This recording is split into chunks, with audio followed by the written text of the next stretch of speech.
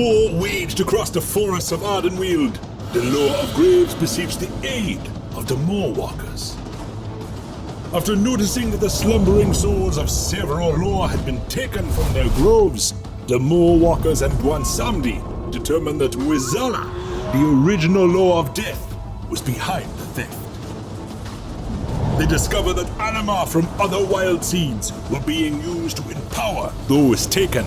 Hakar, the Soul Flayer, and Damballa, the Loa of Treachery. While reluctant to offer any aid to the Loa of Graves, the Winter Queen agreed that Mueh'zala had gone too far. With the Wild Hunt's aid, the Maw Walkers drove Mueh'zala's forces out of the forests and struck down the awakened Snake Loa.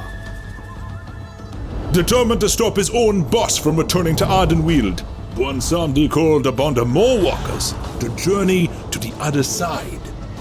Together, the Maw Walkers and Bwonsamdi subdued the ancient Loa of Death, binding Mueh'zala to Bwonsamdi's realm. Following these events, the Loa of Graves once more summoned the Maw Walkers to his side, where they learned that Mueh'zala had been working in the shadows of the jailer. It had been Mueh'zala's whispers in the ear of the dying Vol'jin of the Darkspear that had led to Sylvanas Windrunner's rise to War Chief of the Horde. And his actions didn't stop there. Mueh'zala had attempted to entice an ancient spirit into joining him before casting the defiant noble soul into the maw.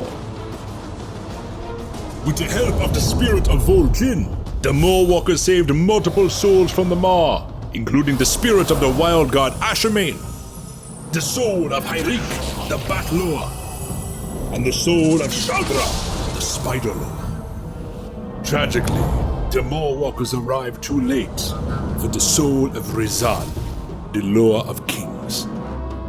With the Loa of Kings' final blessing, Rizal channeled the remnants of his spirit into the soul of Vol'jin so that his power would not entirely be lost.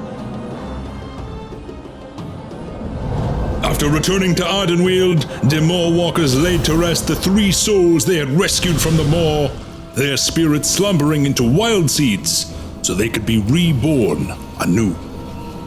As for the mortal soul entwined with the spirit of the Loa of Kings, Vol'jin was granted a resting place within a wild seed beneath the great trees of Ardenweald, so that one day he too may be reborn.